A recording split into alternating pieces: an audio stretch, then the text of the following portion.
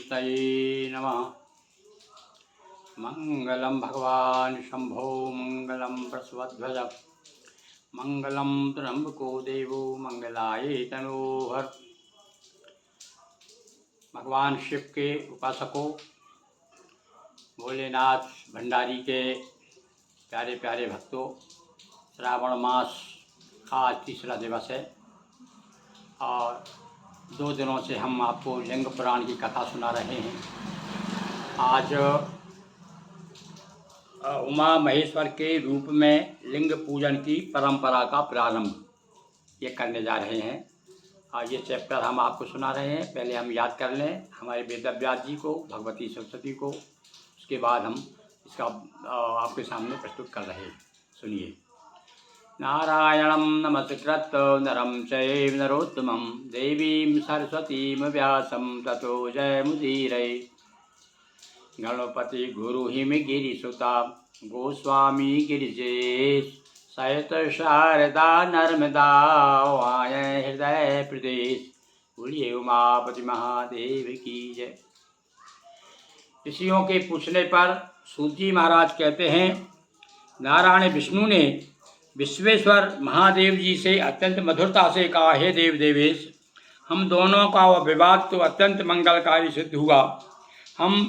क्योंकि हम दोनों के इसी विवाद के निमित्त आप यहाँ प्रकट हुए हैं। भगवान शिव से ब्रह्मा और विष्णु दोनों कह रहे हैं कि हमारा विवाद एक तरह से अच्छा ही हुआ, जिसके आपके दर्शन हुए। उनका यह वचन सुनकर भगवान शंभु ने प्रसन्न चित्त से कहा, हे पृथ्वी पते, उत्पत्ति स्थिति तथा संहार के कर्ता आप हैं। हे विष्णु, आप इस चराचर जगत का पालन कीजिए। मैं निष्कल परमेश्वर ही ब्रह्मा, विष्णु तथा रुद्र नामों से अलग अलग 3 रूपों में सृजन, पालन और संहार के गुणों से युक्त हूँ। ऐसा भगवान शिव ने ज्योतिर्लिंग के रूप में भगवान को आदेश दिया कि आप तो विष्णु से, भगवान विष्णु से कहा गया कि आप जो है संसार का पालन कीजिए। हे पिता, मैं पाद्मकल्प में आपके पुत्र होंगे। पाद्मकल्प में आपके पुत्र होंगे। उस समय आप तथा आपके पुत्र रूप वे कमलोद्भव ब्रह्मा दोनों लोग पुनः मेरा दर्शन प्राप्त करेंगे। ऐसा कहकर वे भगवान महादेव वहाँ से अंतर्ध्यान हो गए। महादेव ने बताया कि जब ये पद्मकल्प आएगा उस समय मैं तुम्हारे यहाँ पर जन्म लूँगा और यहाँ पर जो है सृष्टि की रचना होगी। उस समय आप जो है दोनों अलग पुत्र मेरा दर्शन, आप लोग दोनों पुत्र मेरे, आप मेरा दर्शन कर सकोगे। उसी समय लोकों में शिवलिंग के पूजन की प्रसिद्धि प्राप्त हो गई। किस समय से? जब ज्योतिर्लिंग का, कल हमने आपको कथा सुनाई थी कि ज्योतिर्लिंग का पहली पूजन ज्योतिर्लिंग की ब्रह्मा और विष्णु ने की, तब से ये परंपरा प्रारंभ हो गई। समग्र जगत को अपने में लय करने के कारण यह लिंग कहा गया। अब इस पर ध्यान दीजिए भाई, विशेष रूप से इसे लिंग क्यों कहा गया? क्योंकि सारे जगत को, सारे संसार को अपने में स्वयं में लय, सारा संसार उसमें लय हो जाता है, लिंग में ही लय हो जाता है, भगवान ज्योतिर्लिंग में समा जाता है, इसलिए इसे लिंग कहा जाता है। लिंग वेदी के रूप में महादेवी पार्वती, लिंग रूप में साक्षात महेश्वर प्रतिष्ठित रहते हैं और जो जलहरी जिसे हम कहते हैं वो साक्षात भगवती पार्वती हैं। तथा प्रभृति लोकेषु लिंगार्चा सुप्रतिष्ठिता लिंगवेदी महादेवी लिंगम साक्षात महेश्वरा। शेष शैया पर आसीन भगवान विष्णु के नाभि कमल से ब्रह्मा जी का प्रादुर्भाव होता है। देखिए, ऋषियों ने यह प्रश्न किया कि प्राचीन काल में पाद्मकल्प में ब्रह्मा जी कमल से किस प्रकार उत्पन्न हुए, यह हमें बताने की कृपा करें। पुरुषोत्तम विष्णु ने उस ब्रह्मा के साथ शिव का दर्शन कैसे किया?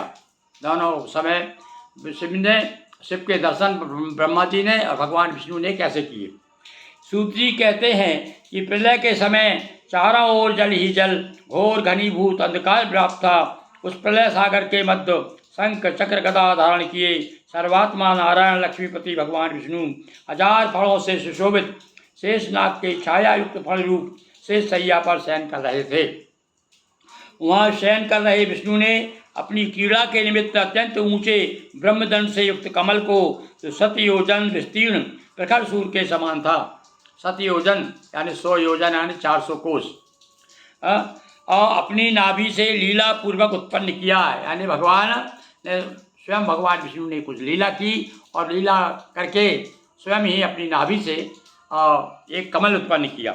उसी समय 4 मुख वाले हिरण्यगर्भ ब्रह्मा ने सुंदर तथा सुगंधित कमल के साथ विष्णु को खेलते हुए देखा। तत्पश्चात उसके सन्निकट पहुंचकर ब्रह्मा जी ने विस्मय पूर्वक विनय भाव से पूछा कि आप कौन हैं। अब देखिए, अब आप स्वयं लीला कर रहे हैं भगवान विष्णु, ब्रह्मा प्रकट हो गए हैं, ब्रह्मा और वहीं खेल रहे हैं और उनसे पूछ रहे हैं आप कौन हैं।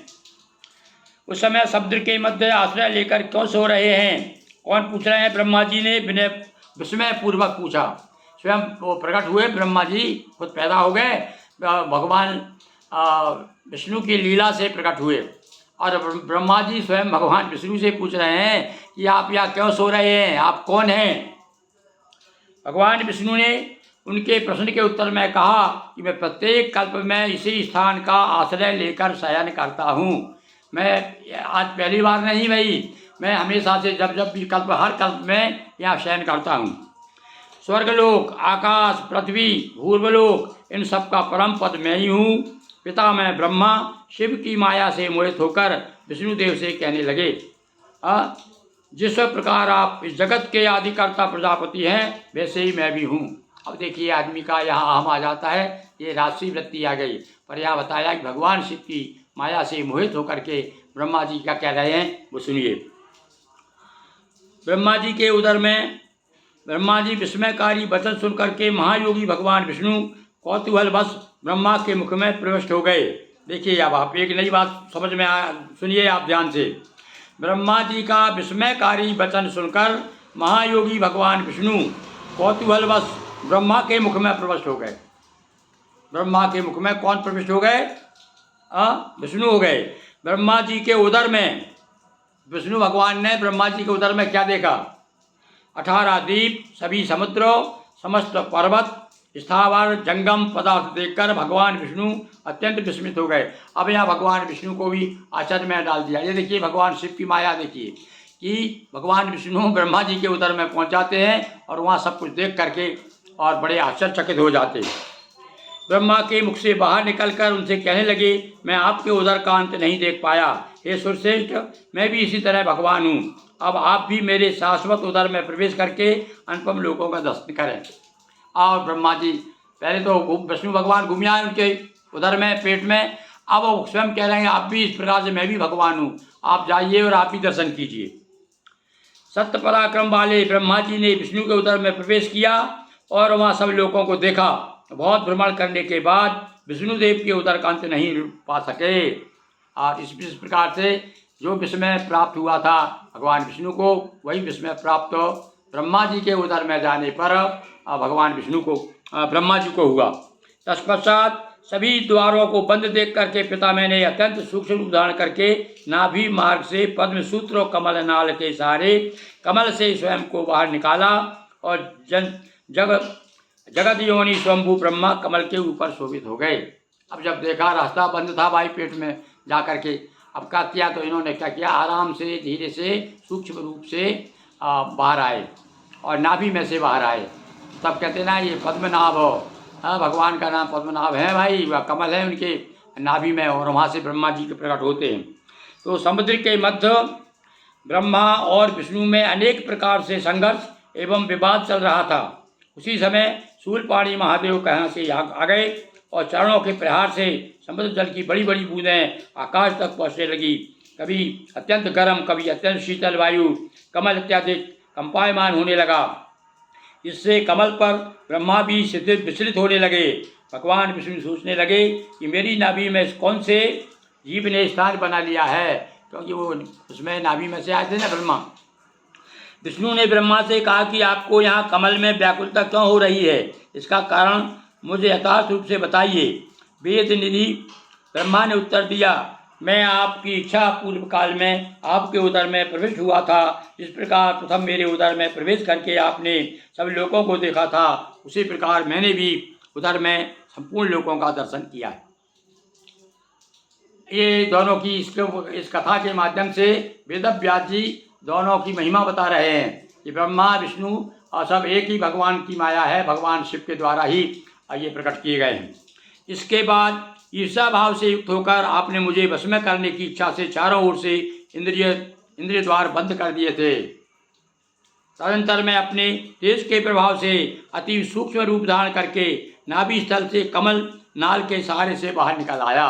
आपने मुझे उनको रोक दिया था ईर्षा के कारण, पर मैं तो ऐसे सूक्ष्म रूप धारण करके आ गया। इसके लिए आपके मन में थोड़ा भी विखाद नहीं होना चाहिए।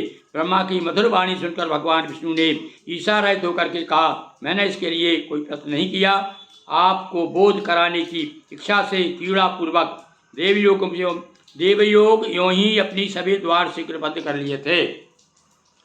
इसे आप कुछ भी अन्यथा न समझें। हे प्रभु, मेरे द्वारा वहन किए जाते हुए आप कमल से उतर आइए, क्योंकि अत्यंत गुरुतर तेज संपन्न होने के कारण मैं आपका भार वहन करने में थोड़ा असमर्थता महसूस कर रहा हूँ। अब वो यानी वहाँ से नाभि में जो कमल है उसमें जो विराजमान है वहाँ से बाहर नहीं निकल रहे थे, तो थोड़ा वजन लगा उनको। तो भगवान विष्णु से कह रहे भाई बाहर आ जाओ आप। अब ब्रह्मा ने प्रसन्न होकर कहा, आप मुझे वरदान मांगिए। इस पर विष्णु कहने लगे, हे प्रभु, आप कमल से नीचे उतर आइए, यही वर दीजिए कि आप मेरे पुत्र बनेंगे। आज से आप 7 लोकों के स्वामी पद्मयोनि नाम से लोक में प्रसिद्ध हों। तत्पश्चात विष्णु से ऐसा ही होगा कहकर ब्रह्मा जी प्रसन्नता पूर्वक वर प्रदान करते हुए द्वेष रहित हो गए। अद्भुत हृदय वाले शिव को अति समीप आते देखकर ब्रह्मा ने भगवान विष्णु ने कहा, हे विष्णु, महान कांति संपन्न तेज युक्त से पुंज है कौन प्राणी सभी दिशाओं आकाश को व्याप्त कर रहा है।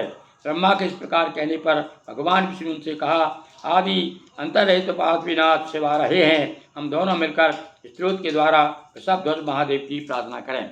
और ऐसा दोनों को इस प्रकार से दोनों में कहना चाहिए कि समन्वय हो जाता है, विचारों में एकता हो जाती है।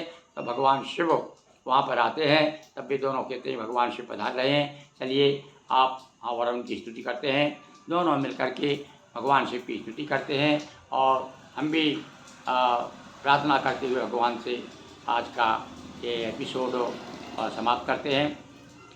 ओम वंदे देवमापतिं सुरगुरुं वंदे जगत कारणं वंदे पन्नगभूषणं रघुधरं वंदे पशूनां पतिं वंदे शूरशशाङ्कवनिनयनं वंदे मुकुन्दं प्रियं वंदे भक्तनाथं च वरदं वंदे शिवं शंकरं। बोलिए उमापति महादेव की जय। हर हर महादेव शंभो।